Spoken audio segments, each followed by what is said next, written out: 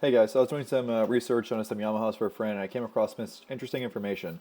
So this is an old post on Grizzly Riders back from 2012, somewhere, yeah. And it's talking about the different ratios between the Yamahas. So it's a nice chart. You got the Grizzly 450 or the Kodak 450, Rhino, and Grizzly 660 or 700. And if you look at the chart, they have all the ratios in here. So the V-belt ratio, that's your CVT, that's the range that it can travel. Secondary ratio is the ratio in the transmission before it gets to the high and low range. Final drive is your diff, and then these are your ratios in high, low, and reverse. So you can see that all the Yamahas have the same diff ratio. It's pretty standard among ATVs. But interesting thing here is the low range numbers. So the 450s in low range have a 57-to-1 ratio. That's really good. That's comparable with like the best Hondas, like the Foreman 500 Rubicon is around that. That's better than a Rancher. So that's interesting. I didn't know they were geared that low. The Rhino 450 is 75.5 to 1. Super low. It's side by side, but still, that's why the Rhino 450s are such tanks. And then the Grizzly, as I complain about all the time, is about 44-to-1, which is not very low. That's about the same as a Rancher. The problem with 44-to-1 on a 700, it sounds like it'd be good. It's okay, but with a belt drive, you're losing some power to the belt. The belt can slip, etc. So that's not really a low enough gear ratio. I've got some other videos I've posted with my gear ratio charts we'll go to at the end, but keep these numbers in mind. So 44 and 57, those are the two interesting numbers. Now you're probably saying, okay, this is a 2012, how is this even remotely relevant to today? Well, let's take a look. So Yamaha, if you go on Partzilla, Yamaha has all the parts for their transmissions listed here. Unfortunately, they don't label them super well, so you can't actually calculate the gear ratios, but this is a 2022, and this is a 2012. And you can see that the transmissions look identical. Lazy Yamaha. Hasn't changed a thing in a long time. And then if you go down here to the part numbers, you can see that the teeth counts are all the same. So 24, 38, 45, 24, 38, 45, 29, 29. Unfortunately, it doesn't give us the teeth counts for this shaft up here, so we really can't calculate the ratios ourselves, but we can trust that the post we found for 2012 is accurate because the transmission hasn't changed. You also see a chain in this transmission, which is kind of funny. I'm not really sure what it's doing because it looks like it also has a reverse shaft. So I don't really quite understand this transmission, but it has a chain in it. I'm hoping that's not a drive chain, but it might be. In any case, you don't really hear about people breaking them.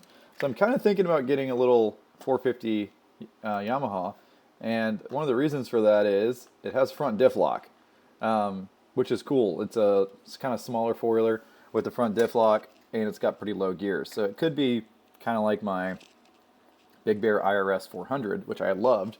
Obviously the belt drive, you have to snorkel it and all that crap, but kind of cool. So just some information for you guys. So let's pull up my video. Oh, in case you're wondering if you could swap the Grizzly 450 gears into a Grizzly 700, you can't.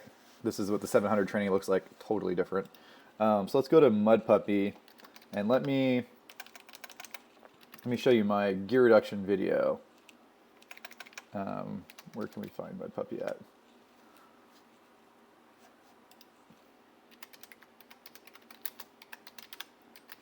Okay, Mud Puppy gearing. Let's search that and see what comes up.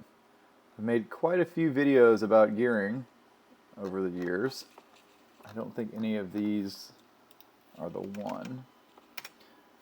I did a big gear ratio comparison chart, and I actually pretty frequently use my own videos because it's where I can find stuff.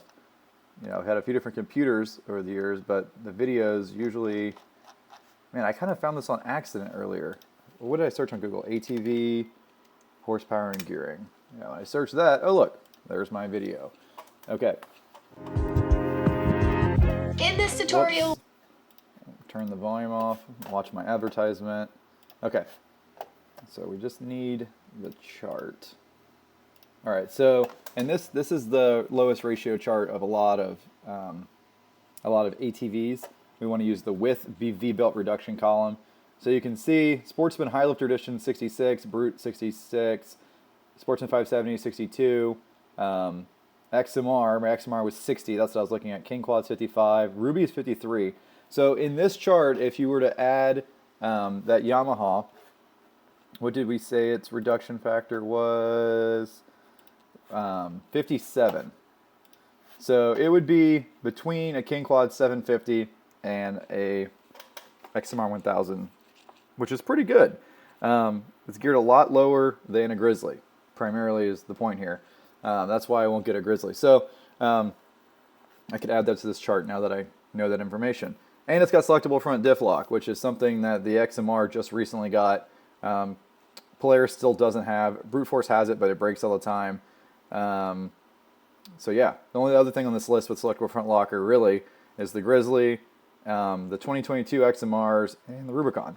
And the Rubicons, as everyone knows, their four-wheel drive system is prone to water issues. Yamaha seems to be more watertight. So I don't know. Maybe I'll get one of these and play with it. Just wanted to share that information.